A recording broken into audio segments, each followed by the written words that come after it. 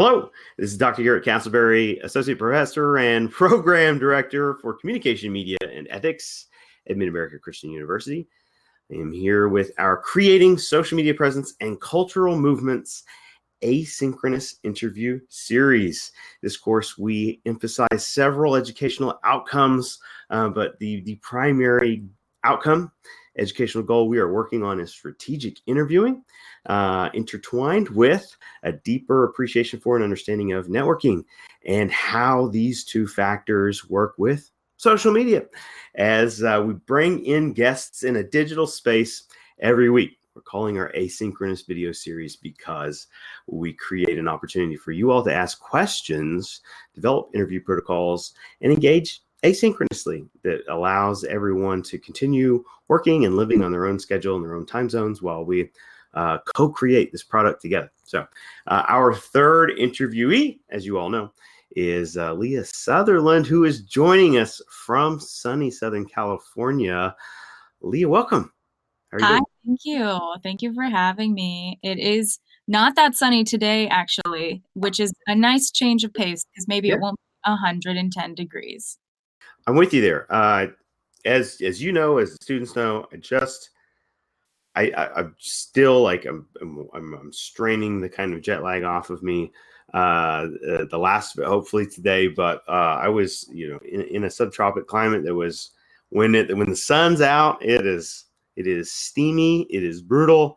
But if you could just get a little overcast and a touch of a breeze, it brought all the relief in the world. So yeah, I understand that, and then I have light sensitivity issues, so I'm always. Oh man. So I always need I need sunglasses. I'm high maintenance individual. You sound ridiculously high maintenance. You can't take But this segment's definitely not about me. your We're vacation. welcoming you in to talk to us about your area of expertise, and we've set the class up. They're aware of your background, a lot of the accomplishments working, kind of starting out in some ways as a marketing blogger, and then transitioning. You have experience as a communication student, as both using or maybe not using that degree. We'll find out soon, but also working your way up several channels in the quote unquote entertainment industry, and it's going to be so exciting. I think we've got a small packet, but exciting number of questions that I want to play for us. We'll have that integration of students. You'll be able to see that here on your screen. But when this is edited for the final YouTube distribution, those that didn't join us in observation here will just see our interaction, but they'll still be able to hear each other. So let me get in share mode, and we will I'll click over and start playing some of these videos. Oh my God, it's so Yeah, meta. you won't have the infinity view for very long. But let's start with, I think this order would, in theory, will help us work through a kind of chronological series of questions with relation to your background. But let's start with the questions from Destiny, and we'll go from there. Okay. Great. Hello, my name is Destiny Jackson, and I just have 2 quick questions for you. So my first question is, what exactly did you do as a marketing blogger for the large advertising firm that you worked for? All right. Well, I'll pause in between these and give us time to kind of unpack. This is fun. This walk back through the last, 5 years of my life, which is weird because it feels like way longer ago.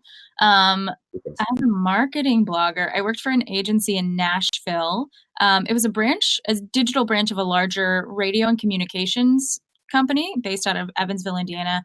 And I would, ghostwrite blogs for clients. Clients would hire us to do their website building, SEO, any marketing, including social media marketing, and writing. So I was in charge of all the writing. I wrote a lot of websites, including one about a retirement home.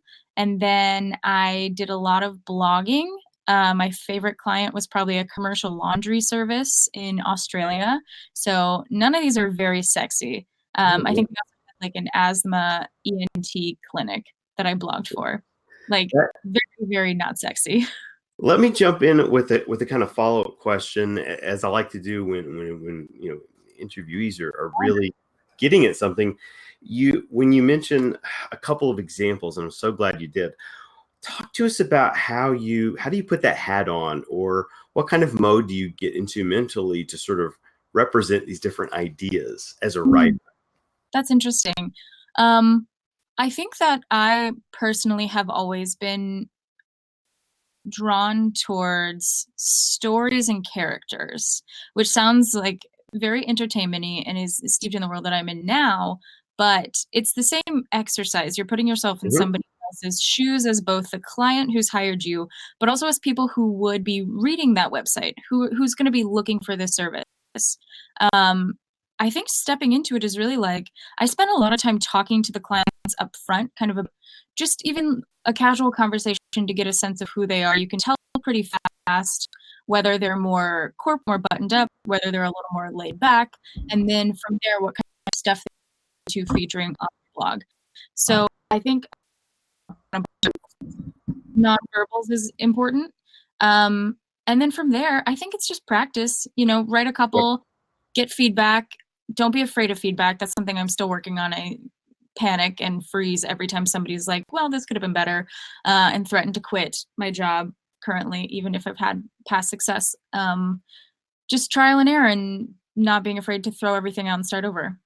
Oh, I love this, and that is excellent. And as direct application, many of our courses, particularly in the online degree, work at an accelerated rate. So we're moving through classes in 5 weeks instead of 15. And sometimes we get that feedback that exercises might feel too redundant or feel too repetitive, but we try to help students understand that what we're doing in actuality is we're giving them more reps because the class is shorter, and it also helps simulate what those real world working conditions are often like.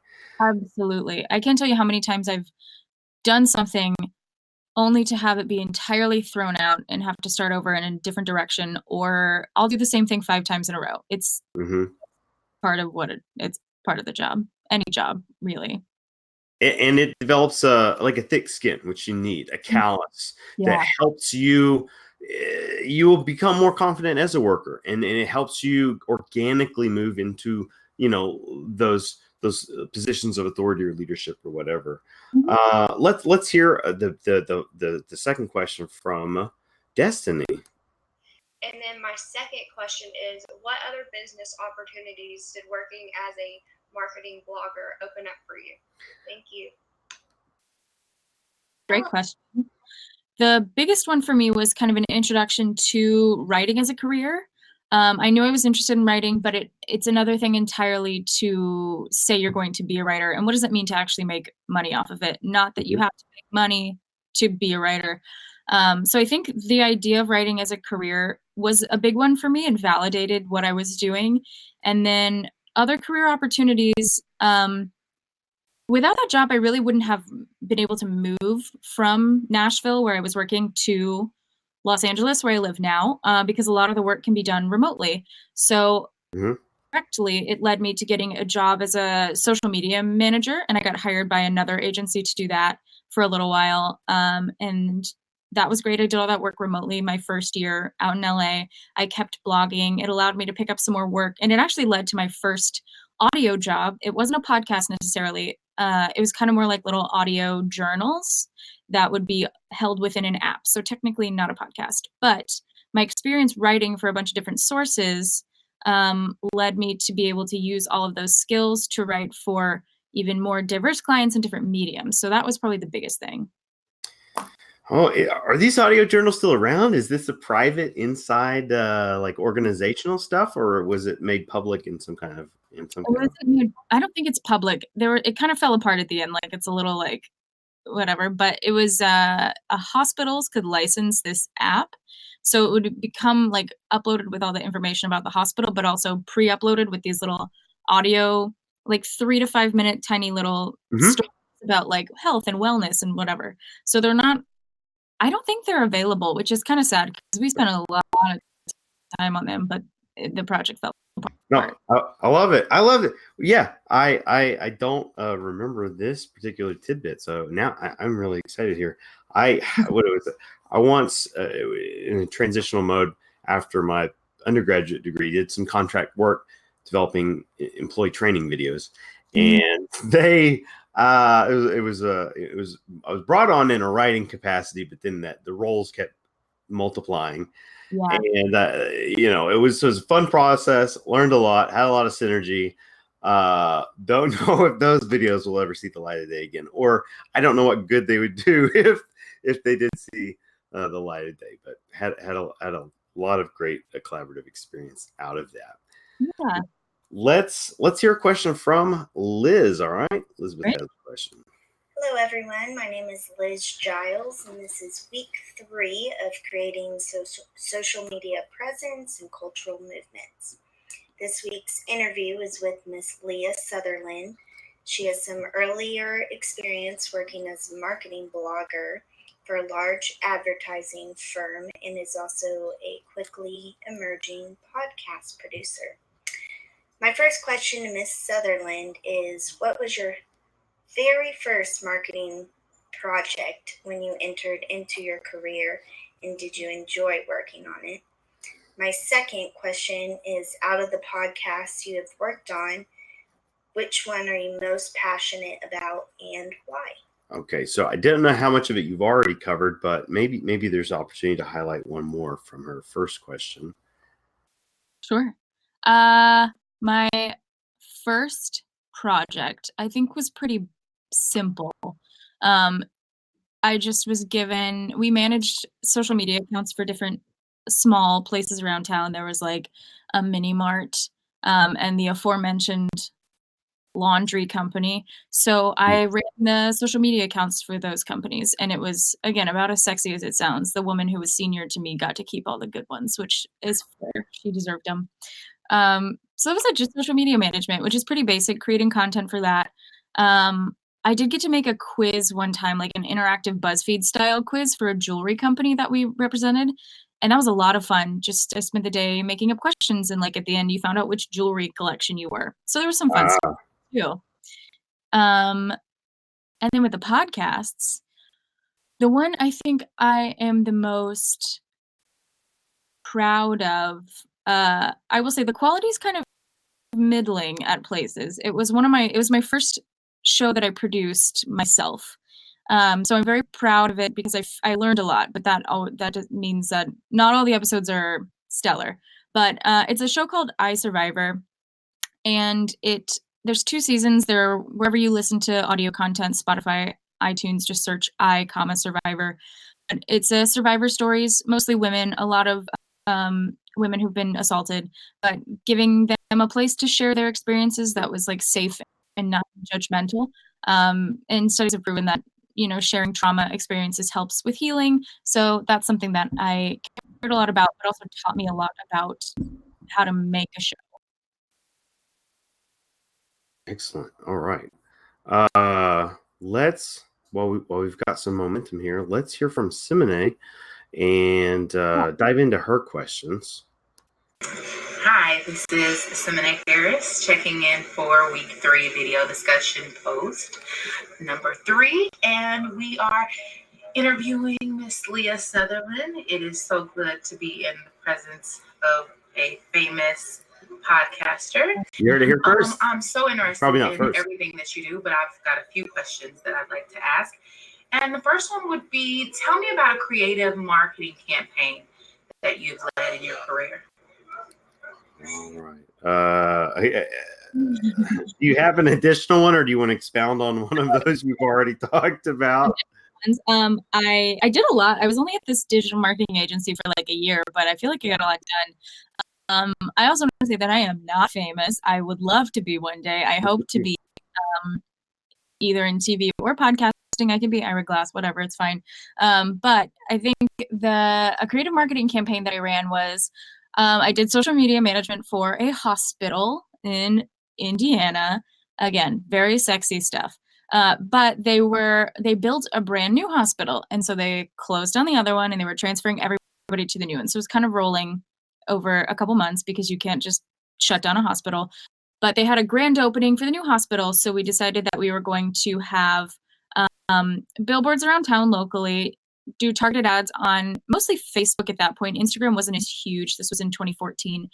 And basically live tweet the opening of this hospital. So it was the most coordinating I'd ever done. And it was the most, I think, kind of like minute by minute work, because you would just pay attention all day and just monitor the opening of this hospital. So that was the biggest one. Let me interject with a follow-up question that comes to mind here, because I think this is a unique case study.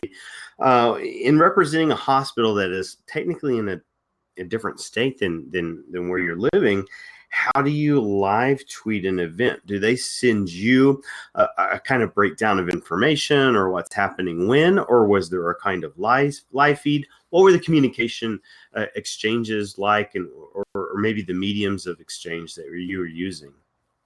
That's a great question. And it seems like such an obvious, like, this woman should not be doing this. She is not on the scene. She doesn't know what's happening. I don't know why they didn't have somebody. I think we had some stuff planned. We knew kind of like we'd worked out a rough schedule of events, like when the doors would actually open, when the other one, like we knew there was a speech planned by the administrator, the dean of this hospital. So we had things set up for that. And then everything else was more just kind of monitoring all the social accounts all day and responding to questions as they came up and responding to other things as they were happening, while also getting kind of emails with more photos, content, information from people who were actually there. So it's kind of just, I guess, analyzing a large amount of information and then pulling out essential pieces to send back out via the official Twitter account. Excellent. All right. We try to stress when we're taking or engaging in classes that emphasize social media, the level of multitasking needed, and how it's not just a spontaneous creative activity, that there's more planning involved and engaged that we're not normally anticipating in. I think those courses have often get kind of reported back positively from students, getting that real-time experience developing content, right, in an organizational kind of way. Oh yeah. Let's hear Simonette's second question. The next thing is, can you tell me what ways have you benefited from attending a improv school versus attending a traditional university in the latter part of your degree? All right. I really like this question from Simonette. If you don't mind, and we understand it's perspectival, give us a little bit of comparison contrast, improv school versus traditional collegiate experience. Sure. I did go to a 4-year college for my undergraduate degree. And then I did about 2.5 years at this Second City Hollywood. Second City is an improv sketch comedy kind of training school based out of Chicago. It's launched the careers of people like Tina Fey and Bill Hader, so pretty well known comedy world. And that was more, it felt a little different because I was seeking it out purposefully. My parents raised my sister and I like college is just kind of something you do, like you're going to go to college for sure and find out what then you'll do after that. But I was interested in comedy independently, and I was interested in trying to perform. I was pretty shy growing up, so I needed something to kind of help pull me out of that shell. And every class is collaborative. The medium is collaborative. Improv comedy you can do by yourself, but most of the time it's with a group of 6 to 8 people or at least one other partner. So you have to rely on them to be successful. So that's one of the things that taught me. I think the other thing it really emphasized, at least where I studied, there are other schools like UCB, Upright Citizens Brigade, based in New York, which is Amy Poehler is one of the founding members.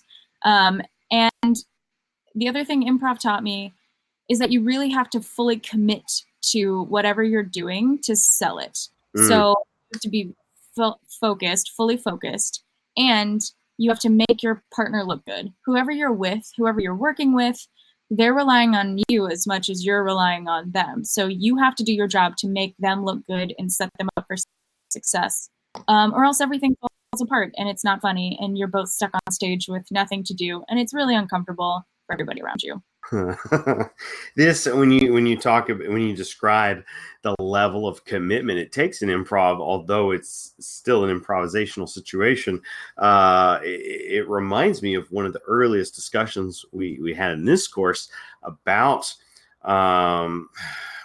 trying to activate, it was a debate as to whether whether passion has to be organic or whether we can quote unquote fake it until we make it. Yeah. And what you've described through some of your experiences, especially as being self-described shy or shy earlier in life, is that degree of kind of stick-to-itiveness until you have gained a significant amount of training and experience. Yeah, I think that's a really interesting conversation.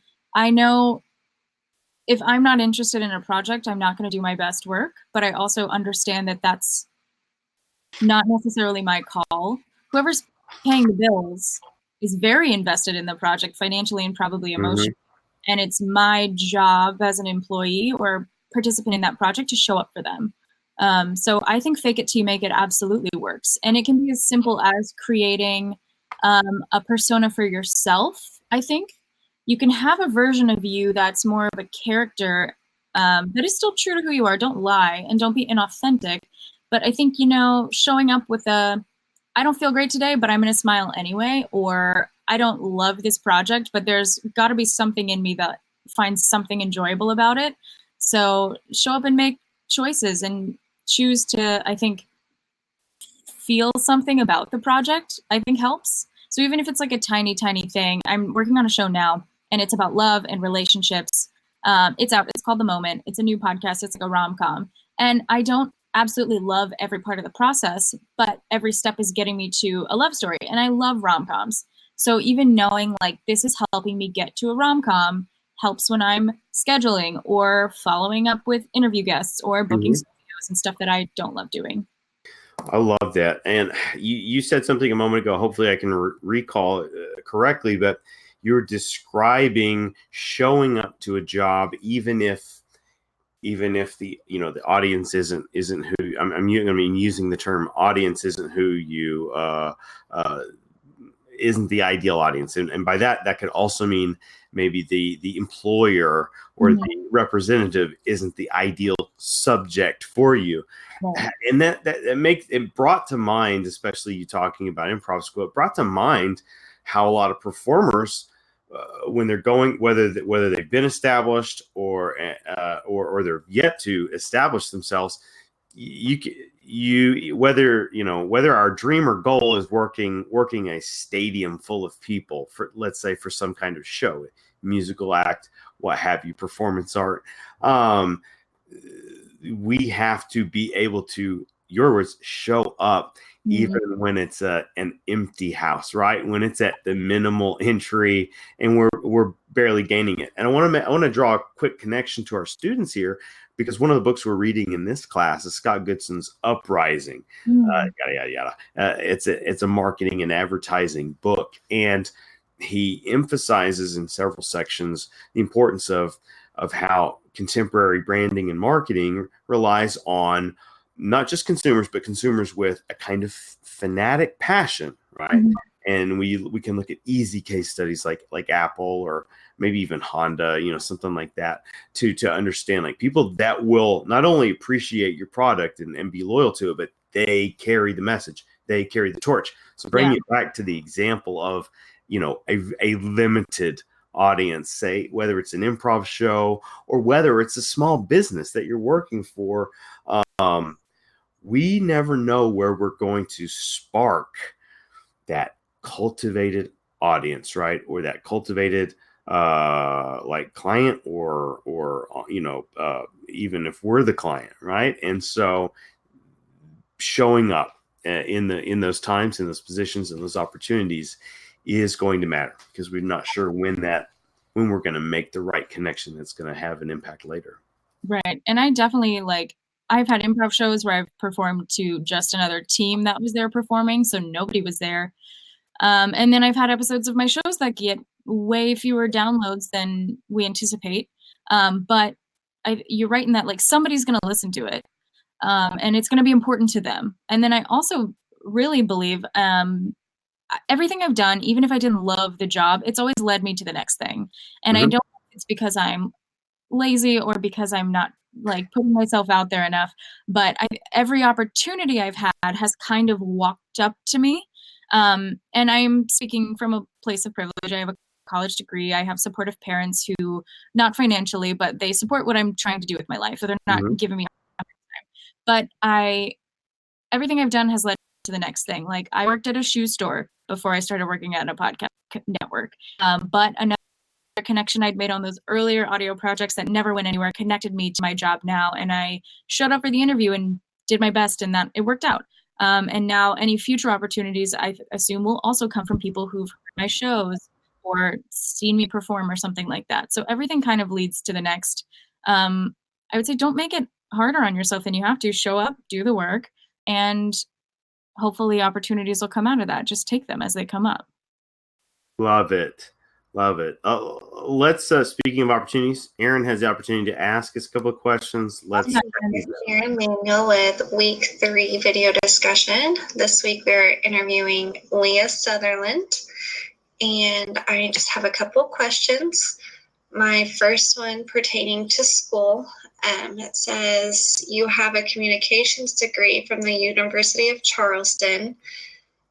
So my question to you is, when you started college, was communications always your career path? If not, what was your first goal? All right. A little bit about, tell us a little bit about that origin story. Why communication? Why would this degree? Communication, because I was getting to be a junior, and I told me that I needed to pick something. My only career aspiration growing up for all of middle school and all of high school was I wanted to be a musician. And I wanted to be I wanted to play for an orchestra. That was my only interest, and I loved it. But I realized that I had no interest in competing with the instrument. Like, I didn't want to. I played the clarinet, which is very nerdy, but I love it so much. It's still one of my favorites. I had no interest in kind of competing at the level that I needed to be to make it as a professional musician. That scared me a little bit. So I got to college not knowing what I wanted to do, and entered academically as a sophomore. So I was eligible for upper level classes and everything already. So I took mostly psychology and geology classes my first 2 years, trying to figure out what the heck I wanted to do. I thought I wanted to work for a museum. I was like, maybe I'd want to be a therapist. Maybe I want to, I don't know. I didn't know what I wanted. Museum therapist. Maybe musical therapist. I think about it now and dread the thought. I have a couple of friends who did that from high school who were also in music with me. And then I took about a year off. My academic year, when I was a junior academically, I mostly took the semester off. I messed around. I took history classes. I took a French class. That was about it. I took like 3 classes, and then took a semester off entirely and had no idea what I wanted. I was like, okay, I'll be an English teacher or a history teacher. And then I was going to transfer. And then my dad was like, basically, get your act together, go back to Charleston, graduate. And I was like, okay, fine, I need to pick a major. So I chose communication because it was vague. And it worked out really well for me. I really liked it. Awesome. This is a complicated question. And it's a complicated major to describe. Ironically, it's one of the hardest for universities to know how to sell. I speak from experience to say, they aren't quite sure which way to push it. And so I think one of our goals, if we, as communication scholars, and I'm talking to, of course, to our peers in the class as well, is we need to be able to kind of articulate a an understanding and a vision of what it is we do, what we're training for, what we seek, and it's an extremely oblique and sometimes open to interpretation type of major.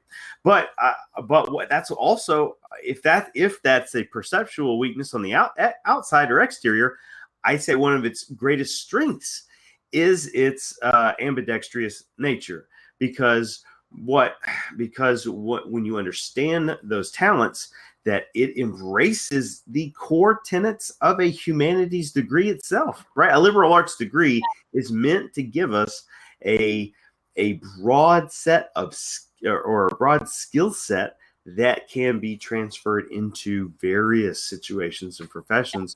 And that's one of the beauties of it, right? And then hopefully, I believe that courses like these and guests like yourself and others help us understand that process and stop worrying and really start to get excited and motivated about what we can do. Yeah, absolutely. I agree with that. And my younger sister has a communication degree as well. She double majored in communication and theater at the University of Knoxville, because it was flexible and allowed her to apply it to the things that she loved, which was performance studies, and looking about how theater represents the culture that it's in, like what media we're presenting says about who we are. So she chose it for the same reasons I ended up sticking with it, was because it was absolutely moldable to what our interests were. And if correct me if I'm wrong, your sister's been able to apply this, right, in several exciting situations, right? Particularly the theatrical side of things. Yeah, absolutely. She loved it. I think she did a little better academically than I did. She was, I think, the top scholar in her communication program, which is a big program at a big school. And now she's going to probably enter into a graduate program in the next 2-3 years and do, I think, double like an MFA in performance, but also performance studies, get her master's in. Wow. Yeah. Performance studies, one of the two areas that I was able to emphasize when I was at the University of North Texas. Yeah, I remember one of yours. That's, I think, how we met. Yeah. Yes. Another story for another time, I guess. But I believe we left Erin hanging here, and let's allow her to finish. My second question, also pertaining to school, how has improv school helped you with your podcasts? Nice. Good question. I think other than the aforementioned commitment, teamwork, and kind of just like focus, loyalty, I already said teamwork and commitment. Those are the big ones. I'm also very tired. I'm not jet lagged though, so there's no excuse. I think improv school has helped me be less afraid to show the process of thinking. Mm-hmm. Right now, I just very stumbled over what I was going to say, but it's not the end of the world. I'm not afraid of public speaking anymore. And I think one of the biggest things, people get really flustered because they're not willing to take their time with how they're responding. People are like, I have to answer right now. I have to seem smart and capable at all times. But slow down and take a breath, and you'll figure out what you need to figure out. Improv is good about teaching you to jump from A to C. So you can have your internal thought process and go A, B, C, but you don't have to show it. Just wow them and end up with something kind of out in left field. I think it's expanded my mind. I don't think I'm making much sense. It sounds like I'm part of a cult. No. In case the right or wrong cults are listening, I'll table my jokes for now. I don't need any additional recruiters at my doorstep, that sort of thing. Me neither. No, I absolutely, and just being blessed to kind of just observe some of your professional progress over the years from a distance, right, several time zones away. I see a strong synergy between the kind of almost critical thinking skills and soft and hard skills that you fashioned in improv school, and how this is just kind of paved the way for the career you're enjoying right now in podcasting.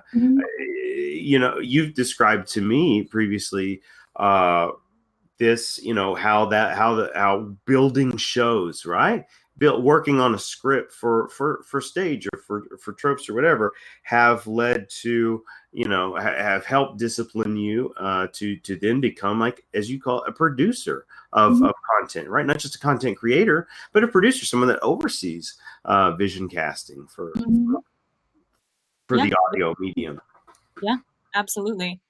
Do we have time? I thought of actually probably the most important thing for me that improv taught me, and I should have thought of this earlier, but whatever.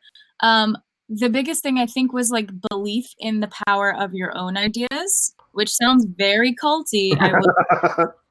But with improv, they don't teach you necessarily to be funny. They teach you to listen and respond appropriately for whatever situation or character you are to the situation at hand. And so you don't pre-plan anything in improv. That's the big thing about it. It's like, oh wow, none of this is scripted. So you have to kind of respond openly and honestly with with immediate reaction to things. And that's helped me in my career, because if I have like a gut reaction to something that I'm listening to or something that I'm writing, more to trust that instinct and to just go with it and see what happens and not shut the idea down before it even has had a chance to grow. Like, to not prejudge my ideas, I think, has been the best thing. Excellent. Yeah, entirely within the context of a cult. Let's. They know I'm kidding. Let's hear from Khalil, who's I believe Khalil is our triple threat here. He may have 3 brief questions. Hello, how are you doing? My name is Claude Thompson. I hope you're having a wonderful day. I have a few questions for you if you don't mind. My first question is, does the tone in one's voice during podcasts impact the audience? Okay, let's stop. I can't remember if these are connected, so they're all about podcasting. Okay. Tone in one's voice impact the audience. Yes. The big thing in audio and podcast, I'm going to go with it because they're short answers and I won't talk forever because I'm not in a cult anymore. Yes. The biggest thing in audio and podcasting is because there are no visuals, people can only hear your voice. So you have to kind of overshoot a little bit in terms of performing. A lot of the shows that we do at Wondery, nope, wrong way, this place, are what's one person reading a script that's kind of taking you through imagined scenarios or scenes. So you have to perform them like you're there, like you're with the people. And if it's flat, it's really boring. And then the other thing is like a sense of authenticity. People know when you're lying. You can't hide authenticity in your voice as well as you can in your face. And there's a guy called Alex Bloomberg who founded Gimlet, which is one of the largest podcasting networks. Alex Bloomberg studied under Ira Glass, came up through This American Life, so he's had good training, and he has a podcasting course, and that was one of the things he teaches. He plays clips from a bunch of different shows, including an episode of the Dave Ramsey radio show. And you really cannot lie in audio. You can absolutely tell when someone is lying, and you don't have the distraction of a visual or kind of like somebody's putting on a happy face when you can tell that something is wrong. So authenticity and vocal performance is crucial. I love that. Just this semester, and it's not a product I've pushed on the students. I don't plan on it, but I had the opportunity to contribute a chapter to a book entitled Convergent Wrestling, actually. And it came out. Now, while I'm not a fully blown like auteur of that sport, performance art, right, spectacle form, I was captivated by, as a lover of audio content, someone that's always commuting around. I found a satellite radio program years ago that really just caught my attention in a unique way. So my chapter in the book analyzes it came from just ethnographic observation, right? Really close observations of studying how are they selling this kind of idea as a sustained radio program. It utterly fascinated me, and it was kind of, it started with just pure curiosity, and then before long I realized, oh, I'm peeling back layers that actually this is productive time now. All of a sudden I had raw ingredients for what was a project that came together slowly over a couple of years. And long story short, was able to, as you describe, part of that kind of art and craft of studying a text like that was being able to pick up on those subtle nonverbal cues, the tics. I compare them to almost like genre conventions, like tropes and conventions within a genre, right? So understanding the makings of that text. And what I want out of sharing this briefly is to explain to our students, sometimes we have these assignments where we're teaching you all a skill set at deconstruction or at using a method of analysis. And we understand it has some value, but I think it's always important to stress it has a lot of value for us. And not just as a critic, right? Activate a critic's voice or to teach us, quote unquote, critical thinking, but to train us to be masters of communication, to understand messages, to be able to pull them apart, see their raw ingredients for what they are, but also be able to produce similar messages or messages of our own, making, what have you. Oh, I love that example that you just gave us. Thank you so much. Let's hear more from Khalil. Second question is, tell me more about being organized and how it benefits you as a producer.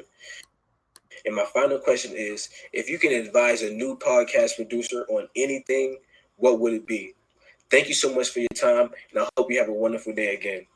All right. Second question, organization. Yep. I'm bad at it, real bad.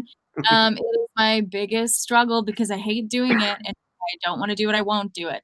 I have the luxury of having a really incredible boss who came from reality TV, and she worked in TV for 20 years before she came over to podcasting. So she has kind of in her bones a sense of kind of production flow and organization. Yeah, it doesn't come strong to me. I hate routines. I hate being forced to put down on paper every step of a process, but it's essential. You can't make anything without a plan. I've tried, and it's ended poorly. So organization is a necessary evil. Like, we use Dropbox and we use Google Drive for most everything we do. I'm testing out Trello, this other kind of like web-based organization software. It almost has kind of little index cards that you can move around for different steps of the process. So for the rom-com show I was talking about, we have our Google Drive that all of the scripts, all of the pre-interview notes, all of the transcripts from all the interviews live in. And then Dropbox is where all the audio lives, and Trello kind of outlines every step of the process. So at what date do we need to have an interview subject locked by? When is the pre-interview? When are those notes turned in? And then we refine the story arc of the episode. When is the actual interview happening? When is the script due? Notes on the script. When does it get sent to the sound designer? When do we give notes on that? When is it done? I don't know. Like, all of that is necessary. But it's also like finding a system that works for you. We've tried a bunch of different things. I've worked here for almost 2.5 years, and every show is totally different. How do you spell the Trello? What?